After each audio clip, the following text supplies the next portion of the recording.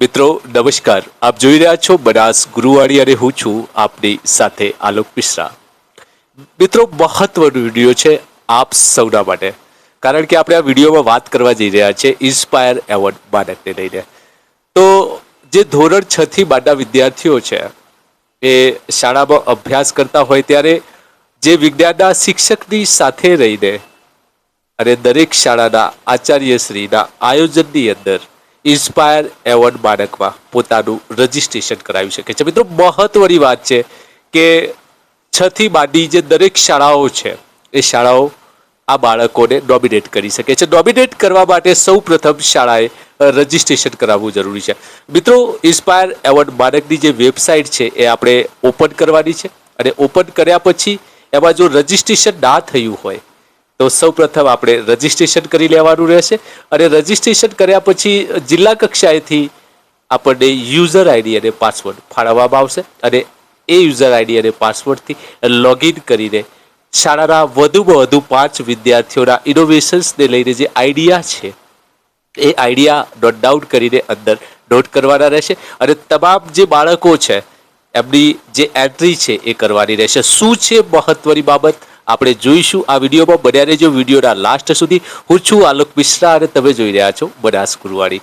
મિત્રો સૌ પ્રથમ આપણે ગૂગલમાં જવાનું રહેશે અને ઇન્સ્પાયર એવોર્ડ બાળક લખવાનું રહેશે. ઇન્સ્પાયર એવોર્ડ બાળક લખ્યા પછી આપણે સ્ક્રીનમાં જોઈ રહ્યા છીએ તે મુજબની સ્ક્રીન આવી જશે અને આપણે ઓપન કરવાની રહેશે. ઓપન કર્યા પછી આપણે જોઈશું કે જે અલગ અલગ પ્રકારના આપણને અહીંયા લોગિન જોવા મળશે. એમાં જે સ્કૂલ લોગિન આપણે પસંદ કરવાનું રહેશે, એટલે કે સ્કૂલ ઓથોરિટી આપણે પસંદ કરવાની રહેશે. ત્યાં જઈને જ્યારે જઈશું ત્યારે લોગિન અથવા તો ન્યૂ રજિસ્ટ્રેશન આ બે ઓપ્શન આપણી પાસે આવી જશે. અહીંયા આપણે રજિસ્ટ્રેશન કરી લીધું છે મિત્રો, એટલે યુઝર આઈડી અને પાસવર્ડ મારી શાળાને મળી ગયો છે અને એમાં આ રીતે આપણે બાળકોને રજિસ્ટ્રેશનમાં જે 5 બાળકો સિલેક્ટ કરી લેવાના રહેશે. જે 5 બાળકો સિલેક્ટ કરશું એમની તમામ વિગતો આપણી પાસે હોવી આવશ્યક છે. બાળકનું નામ છે, બાળકની જન્મ તારીખ છે, બાળકનો આધાર નંબર છે, એમનો એકાઉન્ટ નંબર છે, જે તમામ ડિટેલ્સ છે, એમના યુઆઈડી નંબર છે, આ તમામ ડિટેલ્સ આપણી પાસે હોવી આવશ્યક છે. બીજું કે બાળકોની જે અલગ અલગ પ્રકારના આઈડિયા છે મિત્રો, હવે આઈડિયા કેવા હોવા જોઈએ તો આઈડિયાની વાત કરીએ કે સરળીકરણ માટેના આઈડિયા. દાખલા તરીકે હું તમને ઉદાહરણ આપું છું કે આપણે ઘરે ગેસની બોટલ વાપરીએ છીએ ત્યારે એનું જે ઢાંકણ છે એ ખોલવામાં ઘણી બહેનોને તકલીફ પડે છે.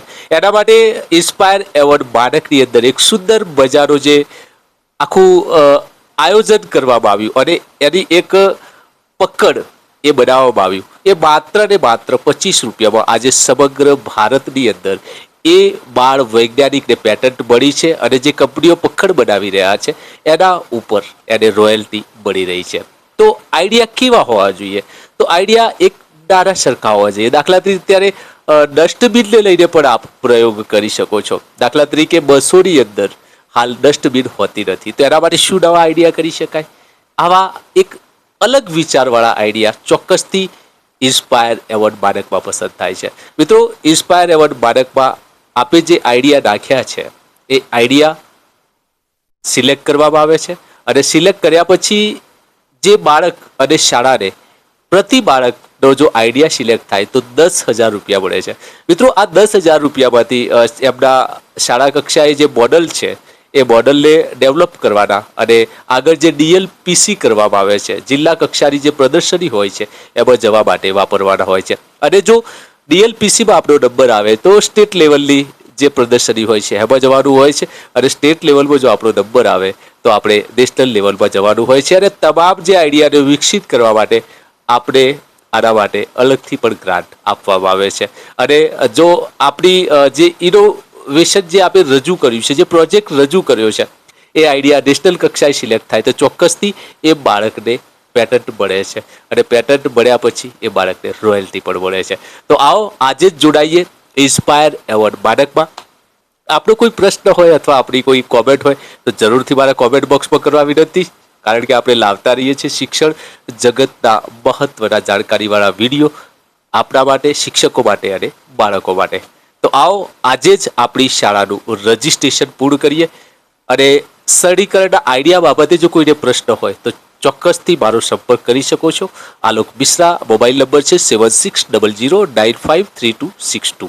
આભાર મિત્રો, ફરીથી મળીએ એક નવા વિડીયો સાથે, એક નવી માહિતી સાથે. ધન્યવાદ.